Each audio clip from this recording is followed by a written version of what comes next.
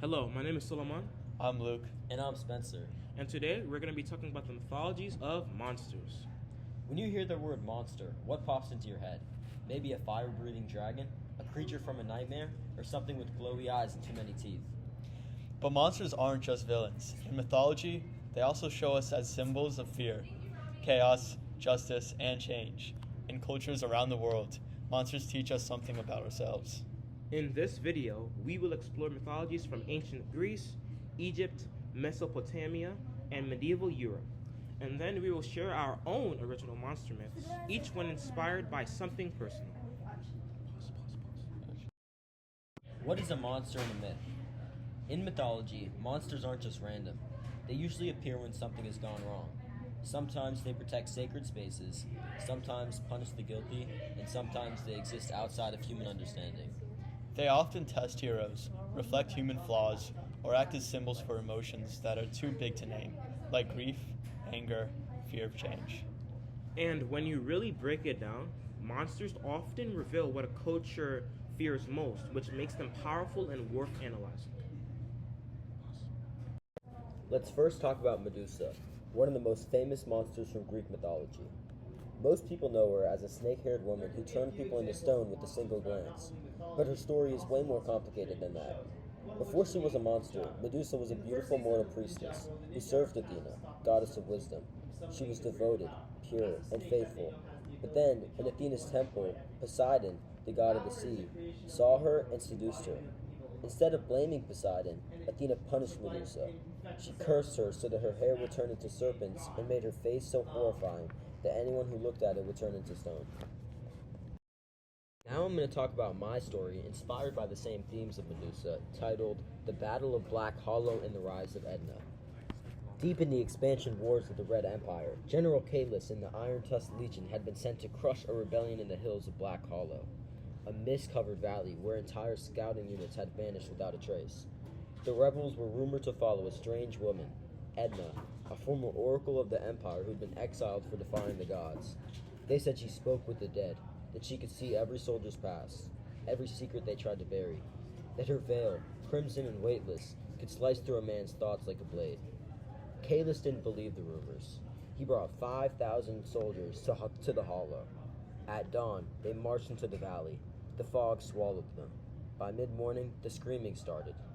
Edna appeared at the center of the battlefield, not armored, not armed, just standing there, barefoot, in a red veil that never touched the ground. Her followers didn't fight. They simply stood in a wide circle, unmoving, eyes closed like statues. When the Roman archers fired, their arrows turned in the air. When cavalry charged, their horses collapsed mid-gallop, choking on silence. And then she removed the veil. What the soldiers saw is still debated. Some say they saw every civilian they ever wronged, staring back. Some say they were forced to live their worst memory on repeat in a blink. Some simply dropped their weapons and ran, never speaking again. Only 17 legionaries crawled out of that valley. None of them could look anyone in the eye ever again. The Empire claimed it was a curse, that Edna was a monster born from blasphemy. But the rebels, they say she wasn't a monster at all. She was justice in human form, a reckoning the Empire thought it could rush with numbers, but forget to fear with truth. They never attacked Black Hollow again. Edna isn't just a monster because of what she did. She's a monster because she made soldiers face what they've done. And that's what scared them the most. For my story, I drew inspiration from the tale of St. George versus the dragon, where he bravely defeats a dragon and saves a village from its vicious wrath. I use themes to help guide me through my story, where I discuss a young girl fighting a serpent to save a village and restore peace to a kingdom as well. Long ago, in the highlands of Velmaris, there was a peaceful kingdom cradled by the silver waters of Lake Lasara. The people lived in harmony, their crops thrived, the skies were always blue, but peace is never eternal. One day, a great shadow fell over the land. A fire serpent, ancient and ravenous, awoke from the deep mountains. At first, it demanded gold and livestock, but soon it wanted more. The kingdom's wise men and warriors ventured to stop it, but none returned from the mountain's pass. Hope faded, fear grew like a plague. Far from the cities, in a quiet valley, lived Elara, not strong of arm, but wise and pure of heart. Raised in the priestess of the moon temple, she had a bond with nature and courage the world had forgotten. When Elara heard of the serpent's reign of terror, she knew she could no longer remain hidden. Though mocked by the villagers, she still believed. Armed with only a horse and a lance and her faith, Elara rode to the mountain, to the mouth of the serpent's lair. There, she did not raise her weapon. She raised her flute. The melody echoed through the rocks, soft and ancient. The fire serpent emerged, blazing with fury. But Elara, she did not flinch. She looked into its eyes and saw not just rage, but also pain. A fire burning too long, a soul consumed by its own flames. Elara lifted her mirror shield. For the first time, the serpent saw its reflection. Monstrous, scared, alone. It roared in anguish and attacked. But Elara was ready. She poured moon water, scared and pure, onto its scales. With each drop, the flames hissed and deemed. The serpent's thrash, coiled, tried to extinguish her light, but it was no match for her heart. With a cry that echoed through the heavens, the fire serpent dissolved into ash and into ember. And so, peace returned to Velmaris, not by sword or brute force, but by wisdom, compassion, and courage to see pain and heal it. The story of Elara reminds us, sometimes the greatest battles are not won by strength, but by understanding, by reflection, and by the light within us. Thanks for the story, Spencer and Luke. Now, next, let's talk about a pretty famous and well-known story in parts of Africa and the Middle East, known as How the Fisherman Tricked the Genie. The story goes like this. There was a poor fisherman who tried his luck at fishing lost treasures. One day, on his fourth try, he fished up a sealed brass jar. With his curiosity piquing, the man opened the jar, revealing a large, hideous old genie. The genie, after telling the man that it had been sealed away for centuries, decided to kill whoever released him. Obviously, being scared of his fate, the creative man used his smarts and his wits to outsmart the genie by not believing that the genie could actually fit inside of the jar because of its huge size. Not realizing this bluff, the genie proved his story, going back into the jar, with the man quickly sealing it shut again.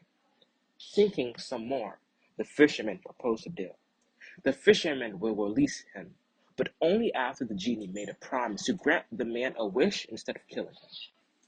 The man thus lived a grand life after this magical encounter. Now, for my original story called Buzzing Through the Winter. No, this story is going to be a little bit brutal if you're afraid of insects and larvae. But if you're not afraid of that, then let's hop into this.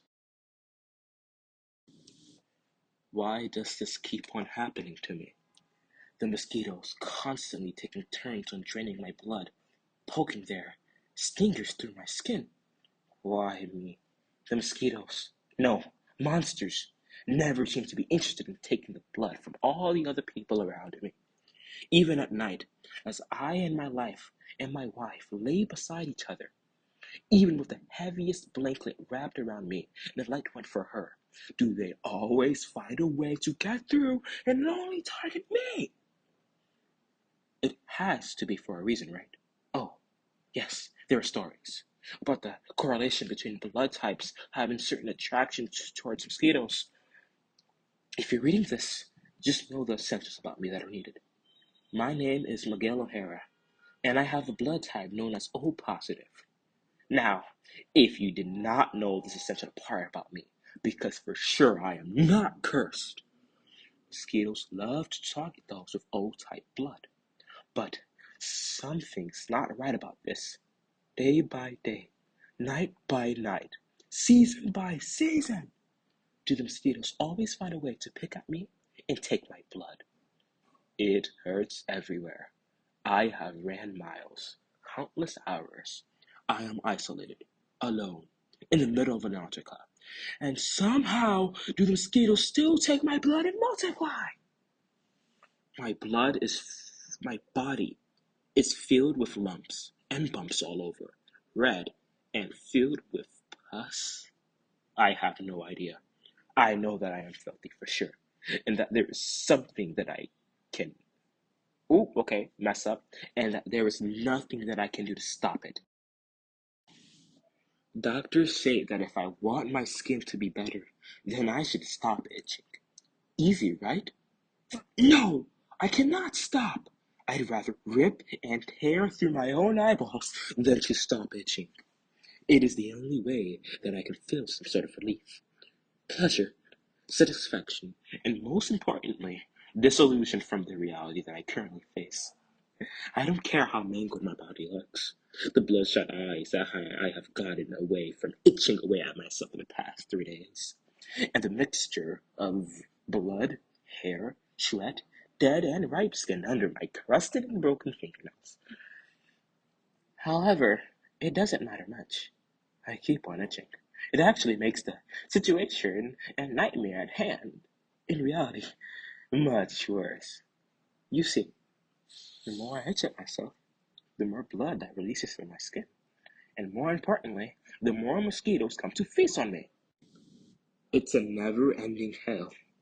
Why did this happen to me? What did I do? Why do they...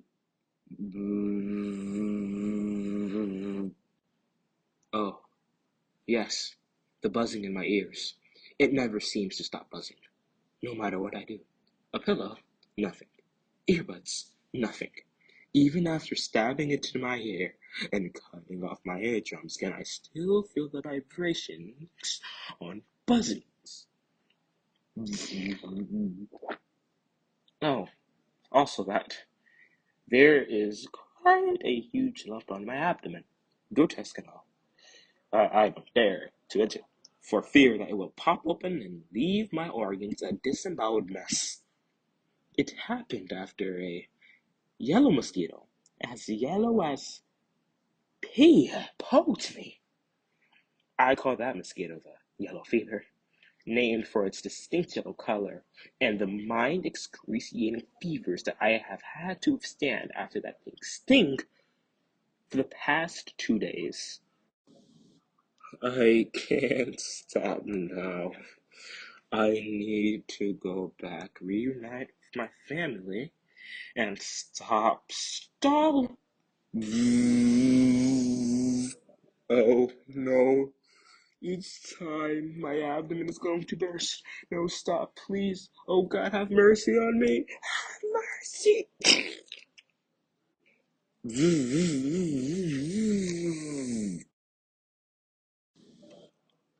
Mosquitoes, released by the millions, then escaped from the man's carcass.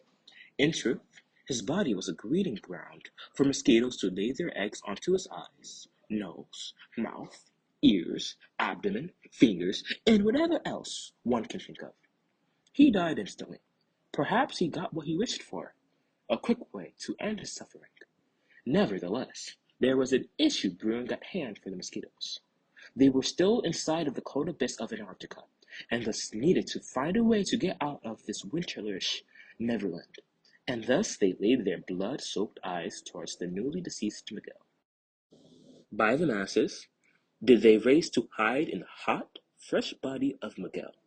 Many were lucky to find shelter inside of his large body, while others won't. See, they lay dead, cold, and dried in the deathly abyss and cold of the Antarctic region.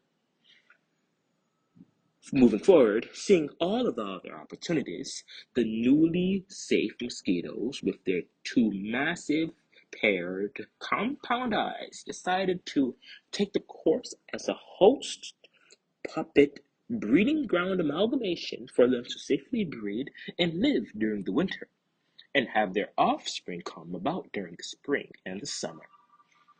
The walking mosquito bomb quite literally wanders through the streets all over the world, targeting those who have the ever delightful O-type blood of some, and those that itch themselves without control. In order to identify one, you need to make sure that whoever looks at you does not have skin as pale as death itself. All it takes is one yellow-colored mosquito to bite your abdomen, and soon will you become one of them. Trapped in an endless cycle of buzzing through the winter. Alright, so I guess the lesson of this monster mythology is if mosquitoes bite you and bite you, do not itch your bumps. And you may be thinking, oh my God, why do I have massive bumps on my skin after a mosquito bites me? Well, that's because they really want you to like really itch at your skin. Because if you itch at it and blood comes out, they will come for you, okay? So make sure that your skin is safe and protected and resist the urge from itching. Peace. That is it to sum up our monsters mythologies. Thank you.